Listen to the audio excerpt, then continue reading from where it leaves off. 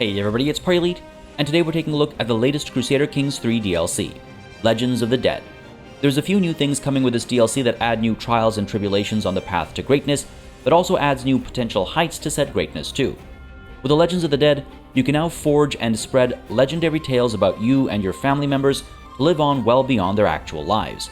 Some of these legends become available due to decisions you make over the course of a lifetime, others are tied to your dynasty, others to holy sites or titles you hold or your cultural heritage, or you get the picture. With so many different variables playing into the legends available to you, today we're going to take a look at some of the most interesting starts with the Legends of the Dead DLC that give you the greatest number of options for legend seeds right from the start, shortly after, or with a few interesting decisions that you might be best situated to take. A quick primer on legends first. A legend originates from a legend seed, which can have a variety of prerequisites depending on the type of legend it is. Starting the legend gives you a choice of who the actual protagonist of the legend is, a family member that the legend is about. Owning a legend locks you into it for at least 5 years, and it gives you benefits when you own it, again, based on the type of legend seed. When completed, legitimizing legends are ones that focus on increasing your legitimacy significantly. Holy legends give you powerful decisions around faith, while heroic legends allow you to go on legendary adventures and force nearby realms into subjugation.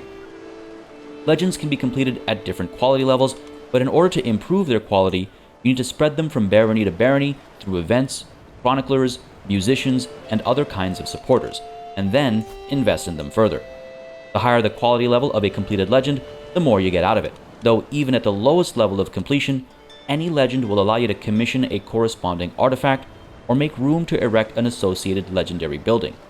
I'll try not to repeat myself too much as I describe some of these overlaps through the video, but apologies in advance for when I do. Now, if you want to be a legend in your own right, consider hitting the like button and subscribing if you like what you see here today. With the primer out of the way, with timestamps down below, and with no more time to waste, let's begin. Petty King Æthelred Æthelwulfson, 867.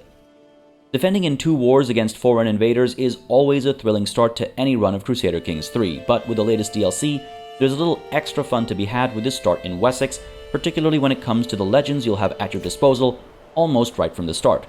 You just need to acquire enough piety or prestige accordingly. Note that if you use your brother Alfred as your legend protagonist, you'll gain 50 additional legitimacy.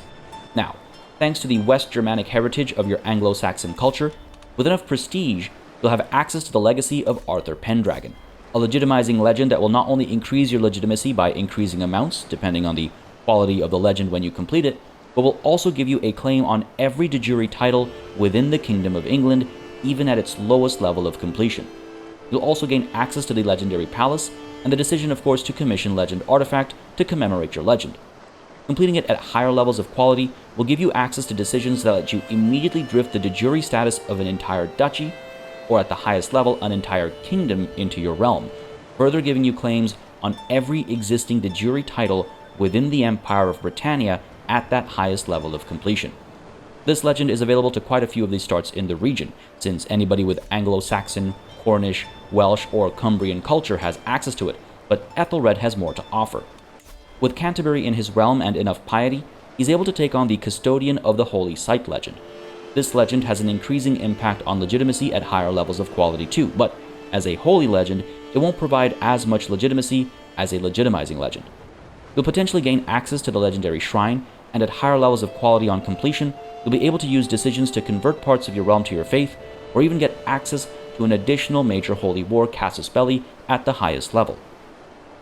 Next up is the Holy King, available only to you and your brother because you're both of the right dynasty. Another holy legend, this gives marginal legitimacy gains and potentially allows the construction of legendary shrines while allowing for mass conversions and 2 major holy wars, as with the previous holy legend we discussed. The next 2 legends here require a kingdom title, so it'll take a bit longer to get to, but Sceafa, grandson of Noah, is only available to you and your brother because again, you're of the right dynasty, and it provides the same benefits as the previously described holy legends, while New Troy is available to you because you control Middlesex. As a heroic legend, its completion grants you the chance to build legendary statues and grants you some legitimacy too, increasing at higher levels of quality as the legend completes. Completed at an illustrious level, This legend allows you to launch a legendary adventure to abandon your realm and settle elsewhere, and complete it at a mythical level. You can also decide to demand local submission, allowing you to subjugate any nearby realm. You can also get quite a few additional seeds through decisions that are available to you. Dynasty of the Many Crowns will always give legitimizing legend seeds, but founding a new empire, restoring the Holy Roman Empire, and securing the High Kingdom of the North Sea all grant you heroic legend seeds instead. As you can see, this start gives you a decent number of legends to pursue pretty much right off the bat, and a couple to chase after you've established a kingdom, and then even more through decisions afterwards. Basileus 867. I don't often recommend starting as a large realm in these videos, instead typically suggesting the underdog in any given region, but there's a unique legend here, and Basileus gets early access to a second one that others have to work quite hard for before it'll even show up for them. Keep in mind that using your father or half-brother as legend protagonists will earn you additional legitimacy for any legend you pursue and complete. First off, Custodian of the Holy Site is available because you hold Constantinople. As a holy legend, it gives little legitimacy across the 3 levels of quality when completed, focusing instead on allowing the construction of the legendary shrine, converting large parts of your realm to your faith, and getting additional major holy war casus belli.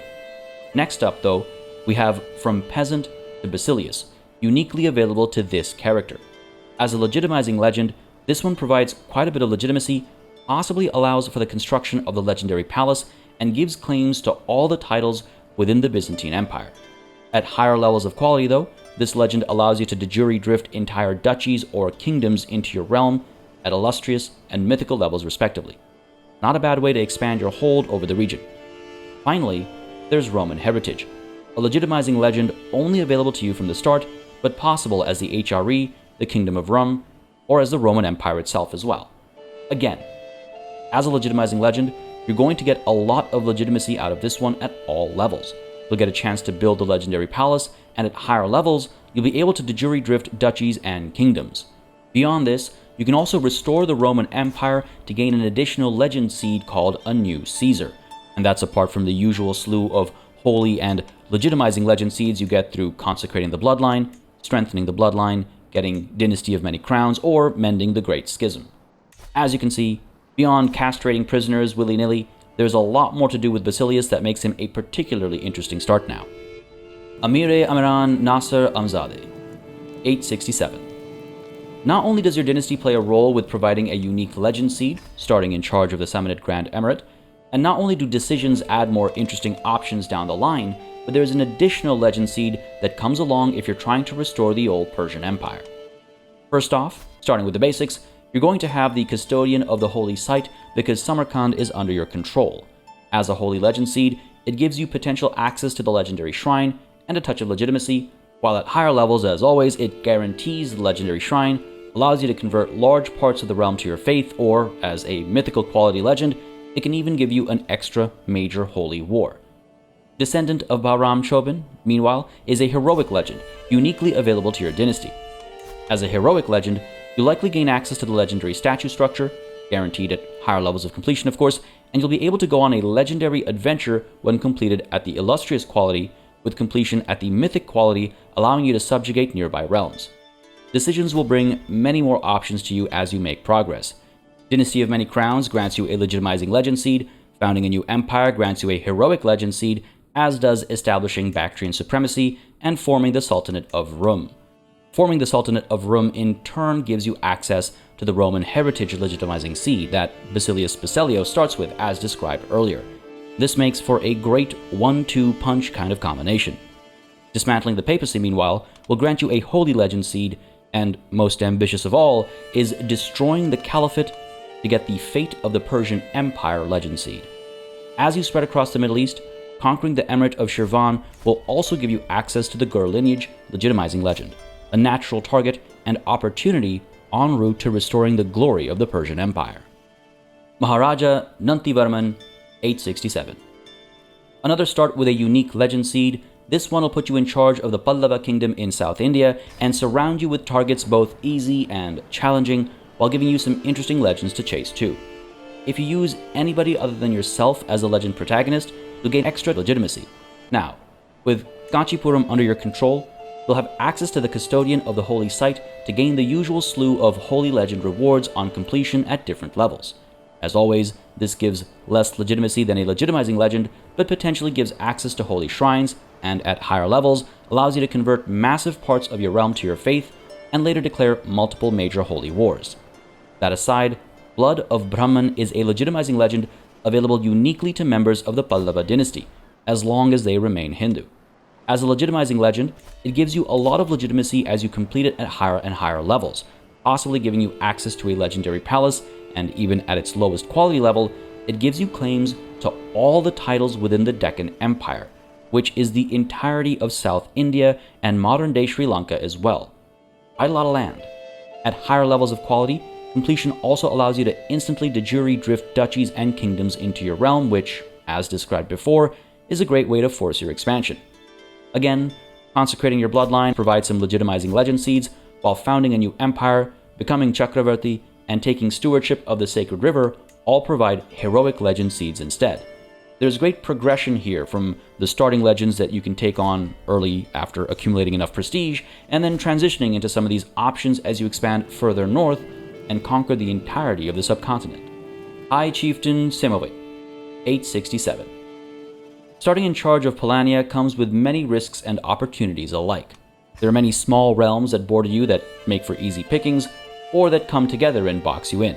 But there's a unique legend available here alongside some that come from the decisions you can choose to make. Keep in mind that using your father as the protagonist for your legend will give you an additional 100 legitimacy, regardless of the legend in question. First off, the Seller of Plenty is a heroic legend, meaning it focuses less on legitimacy and more on allowing you to build legendary statues, and completed at an illustrious level, this legend allows you to launch a legendary adventure to abandon your realm and settle elsewhere, while completed at a mythical level, you can also decide to demand local submission, allowing you to subjugate any nearby realm. Then there are the decisions you can make to acquire additional legend seeds.